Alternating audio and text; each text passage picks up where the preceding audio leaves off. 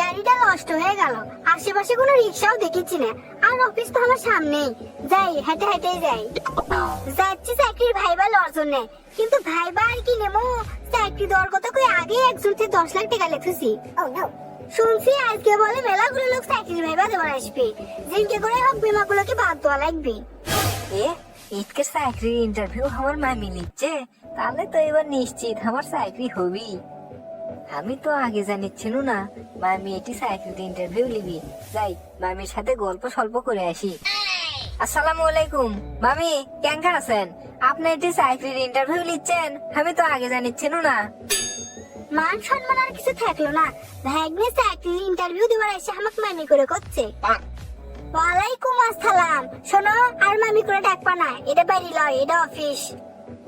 ওটি দাঁড়া আসো কৃষক, এসে বসে পাও না, ফস করে এসে বসো। মামি, অনেকদিন হলো চাকরির ভাইবা দিচ্ছি বুঝছেন, কিন্তু চাকরি হচ্ছে না।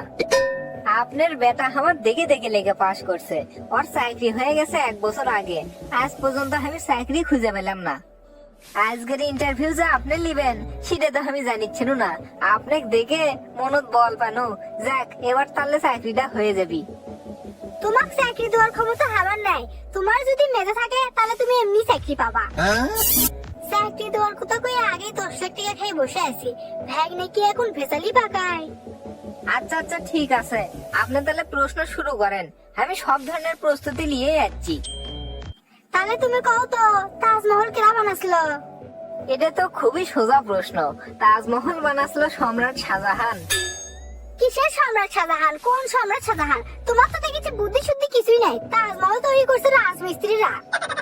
বুঝেছি, মামি আমাক চাকরি দিবার লাই, সেই জন্য উল্টো পাল্টা প্রশ্ন করিচ্ছে, আমিও না ফাজলেমি করি। উনকে বুদুর বুদুর করেছে কৃষক, দুই একটা প্রশ্নের উত্তর ভুল হতেই পারে, তুমি যে ভালো ছাত্র সেটা তো আমি জানি।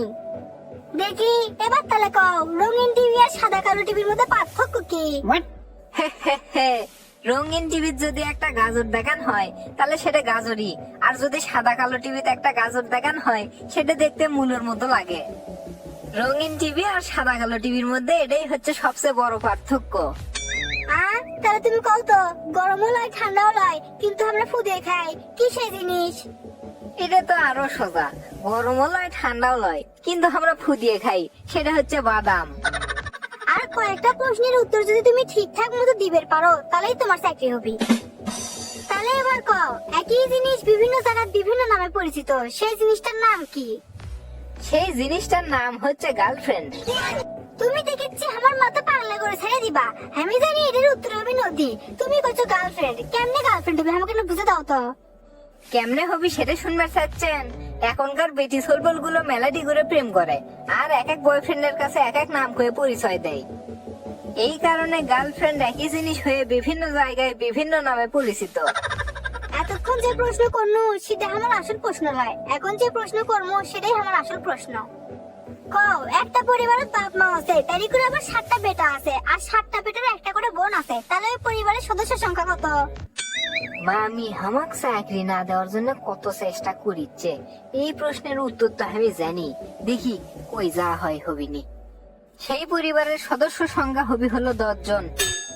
10 জন কেমনে হবে সেটা তাহলে বুঝে দাও।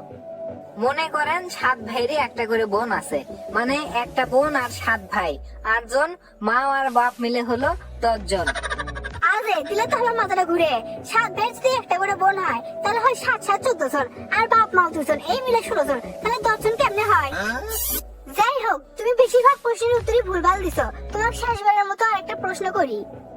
না না, আর প্রশ্ন করা লাগবার লাই, আপনি আমাক চাকরি দিবেন না সেটা বুঝবেই পাচ্ছি, মুখের উপর সেটা কভার পাচ্ছেন না দেখে উল্টো পাল্টা প্রশ্ন করিচ্ছেন খালি। আপনি তো আগে থেকে জানিচ্ছিলেন আমার বাপ কোনোদিনও টাকা দিয়ে চাকরি লিয়ে দিবার লাই আমাক। শোনেন মামি, চাকরির ভাইভাত মানুষের মেধা যাচাই করার জন্য কোনোদিন এগুলা আজগুবি প্রশ্ন করে না।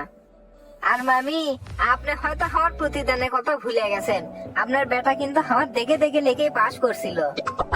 আপনার বেটা তো পড়ালেখা কিছুই পাচ্ছিল না, প্রাইভেট পর্যন্ত আমি পড়াছি, বিনিময়ে কোনোদিন কিছুই চাইনি।